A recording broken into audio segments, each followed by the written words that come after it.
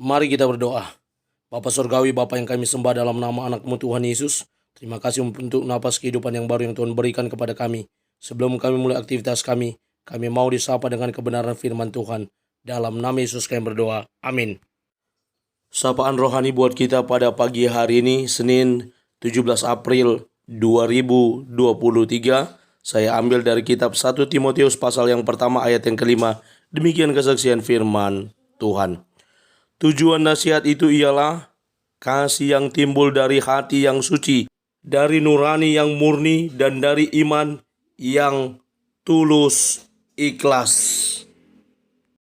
Tujuan nasihat bagi kita, ibu bapak saudara terkasih dalam nama Tuhan kita Yesus, berbicara tentang nasihat, tentunya sebagai orang tua, sebagai orang yang bijak, sebagai para petinggi, sebagai umat beragama, sebagai para pemuka, penganut, bahkan tokoh agama, kita pasti pernah memberikan nasihat kepada orang lain. Pemberian nasihat tersebut pasti ada tujuannya. Dan Timotius juga mendapatkan nasihat dari bapak rohaninya, yakni Paulus. Paulus memberikan nasihat kepada Timotius, bagaimana dia sebagai orang muda, sebagai pimpinan di suatu jemaat, dia mau dikuatkan melalui nasihat.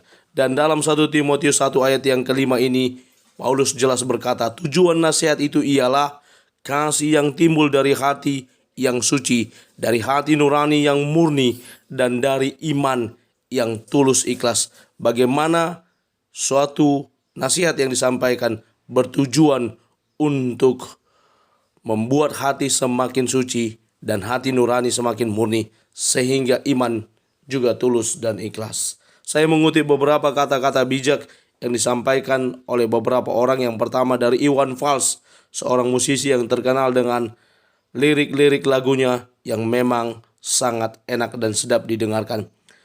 Ada benarnya nasihat orang suci, memberi itu terangkan hati seperti matahari yang menyinari bumi. Henry S. Henskin, seorang penulis, juga berkata, jangan menawarkan nasihat jika tidak sesuai dengan penampilan Anda. Ketika kita memberikan nasihat kepada orang lain, pastikan dan tunjukkan kalau kita juga memberikan suatu teladan. Demikian juga yang dikatakan oleh Mira W., seorang penulis novel terkenal, dan saya juga pernah membaca novelnya. Mendidik anak bukan dengan segebung nasihat dan larangan, tapi dengan teladan dan penuh pengertian. Mari kita belajar untuk menggunakan nasihat untuk hidup saling membangun dan mendukung, serta memotivasi sesama.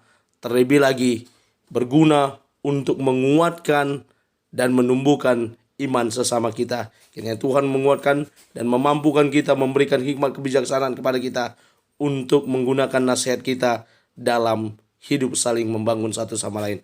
Amin. Kita bersatu dalam doa.